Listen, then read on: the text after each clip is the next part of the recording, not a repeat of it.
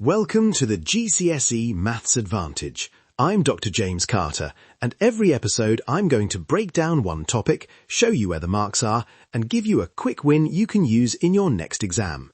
Whether you're targeting a grade 7 or pushing for a 9, let's get into it. Hook. This one rounding slip cost multiple students 3 marks on last year's paper. 3 marks from one small mistake. Imagine doing all the working correctly, only to pick the wrong end of a bound and lose the answer mark. Sound familiar? Today we fix that, and it takes less than a minute per question once you know the steps. The concept. First, what does upper and lower bounds actually mean?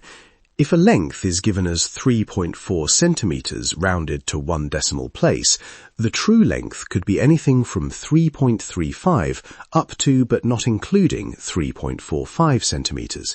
We write that as 3.35 less than or equal to L less than 3.45. The lower bound is the smallest possible value.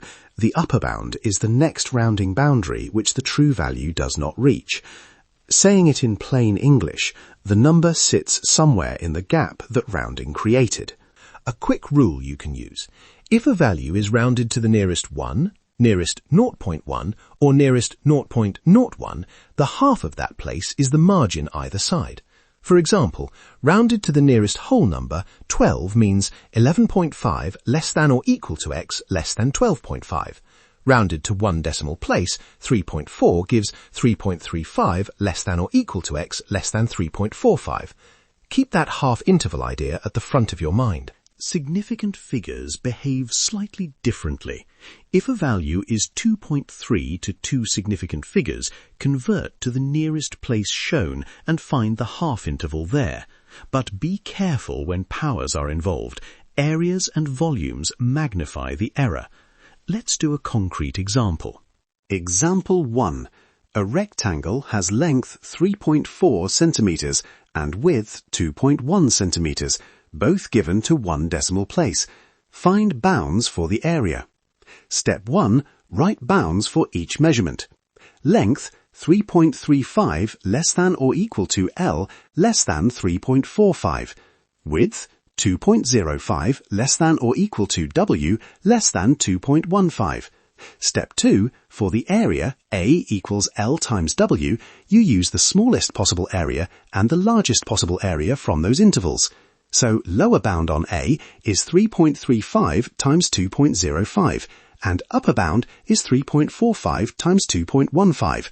But remember, the upper is not reached, so A less than 3.45 times 2.15. Calculate those numbers and include units. 3.35 times 2.05 equals 6.8675. So write 6.8675 less than or equal to A less than 7.4175 centimeters squared. That's the interval for the true area.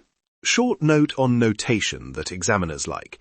Prefer the inequality form, lower/quantity/upper, rather than upper and lower bounds are, because inequality form directly shows you understand the interval. Write the units too. Centimeters squared is essential for area questions. Example 2. Dependent bounds. If a radius r is 2.0 centimeters to 1 decimal place, and you're asked for bounds for area pi r squared, first find r, 1.95 less than or equal to r less than 2.05. Then substitute into a equals pi r squared. Lower bound, pi times 1.95 squared. Upper bound, a less than pi times 2.05 squared. Because r is squared, the percentage error increases. That's why rounding matters more for powers. The exam technique. What do examiners actually want to see? There are usually method marks and accuracy marks. For a bounds question, you'll typically see M1 for writing the correct bounds for the given value, M1 for applying those bounds correctly in the calculation, and A1 for the final interval or value. That means even if your final arithmetic is messy, you can still secure M marks by showing the setup clearly. Common mistakes that lose marks. Using rounded numbers for the bounds instead of the exact boundaries. switching the lower and upper ends when multiplying, and forgetting to state units. Another slip is treating bounds independently when they are not, for instance, using the same measurement twice but recalculating bounds incorrectly. A simple fix is to label each bound. For example, L low equals and L high equals before you substitute. The quick win, a 10-second checklist to use under exam pressure. 1. Write the rounding statement and bounds first. 2. Label your lower and upper bounds. 3. Substitute extremes into the function to get the interval. 4. Check units and the inequality direction. If you have 5 seconds left, compute a midpoint as a quick reasonableness check. Quick win, the midpoint check catches sign slips and swapped bounds 90% of the time.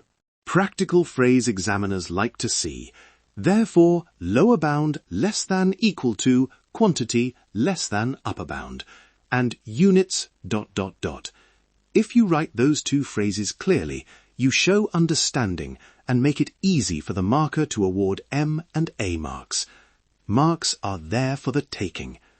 Let that sink in. Outro and CTA. That's your one-sentence recap. Always write bounds first, substitute extremes, and include units.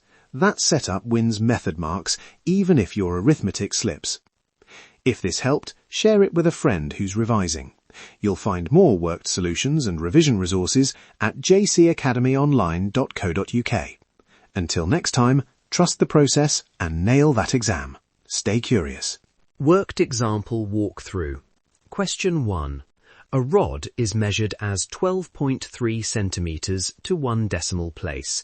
Find the upper and lower bounds for the length and for its area when the rod is formed into a square of side length equal to the rod. Step 1. Bounds for length. 12.25 is less than or equal to L less than 12.35 centimetres. That's M1. Step 2. Square side S equals L, so area A equals S squared. Substitute bounds. Lower A equals 12.25 squared and upper A less than 12.35 squared. Write units, centimetres squared. That's the M2 setup. Step 3. Calculate numbers. 12.25 squared equals 150.0625, so write 150.0625 is less than or equal to A less than 152.5225 centimetres squared. The final A1 is awarded for the correct interval with units. Note how showing the squared bounds gets you both method marks even if you slip on the final multiplication. Quick tip for this type. Don't round intermediate answers when you're showing bounds. Keep full accuracy and only round at the end if asked. Markers are looking for your method, not rounded arithmetic halfway through. Worked example 2. A cylinder has radius 2.0 centimetres to 2 significant figures and height 10.0 centimetres to 3 significant figures. Find bounds for the volume. Step 1. Convert to numeric bounds. Radius 2.0 to 2 significant figures means 1.95 less than or equal to r less than 2.05.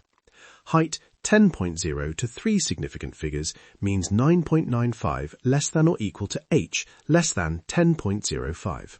Step 2. Volume V equals pi r squared h. Lower V equals pi times 1.95 squared times 9.95.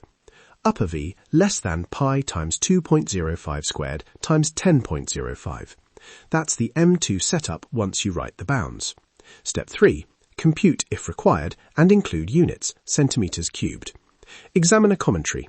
2 M marks for both correct substitution lines, A1 for the correct final interval.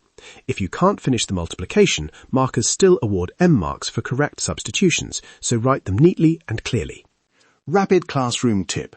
Put the words M1 awarded here and M1 awarded here beside your setup when you're practicing.